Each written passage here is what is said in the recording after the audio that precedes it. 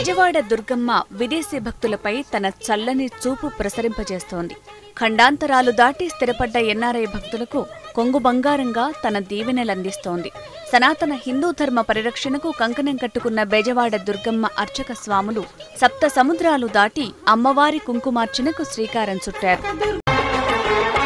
అఖిలాండ కోటి బ్రహ్మాండ నాయకి ఆది పరాశక్తి అయిన జగన్మాత శ్రీ కనకదుర్గ నామమే సమస్త ప్రాణికోటి జీవనాధారం.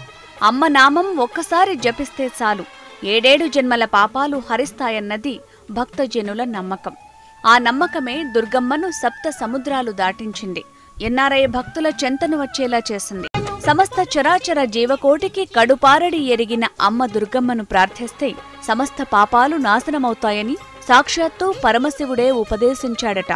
అలాంటిది సనాతన హిందూ ధర్మ పరిరక్షణకు కంకణం కట్టుకోవటమే కాకుండా ఆలయ సంస్కృతిని, ఆలయాల్లో జరిగే కార్యక్రమాలపై అవగాహన కలిగించే ఉద్దేశంతో అమెరికాలో పలుచోట్ల అమ్మవారి పూజలు ఏర్పాటు చేస్తున్నారు.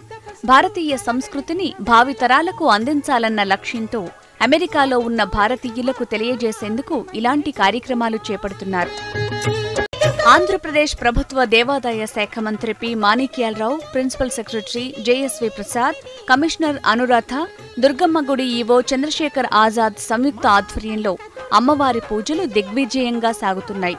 కిందటి నెల 22, 23, 24 తేదీల్లో మిల్పిటాస్లోని సత్యనారాయణ స్వామి ఆలయంలో, అదే నెల 29, 30 తేదీలలో సీటెల్లోని వెంకటేశ్వర ఆలయంలో, ఈ నెల 1న పోర్టులాండ్లోని బాలాజీ టెంపుల్లో, 6, 7 తేదీల్లో న్యూజెర్సీలోని స్వామి నారాయణ ఆలయంలో, 8న వాషింగ్టన్ డీసీలోని లీపోర్ట్ ఆవరణలో, 13, 14 తేదీలలో అట్లాంటాలోని సత్యనారాయణ స్వామి ఆలయంలో కార్యక్రమాలు నిర్వహించారు.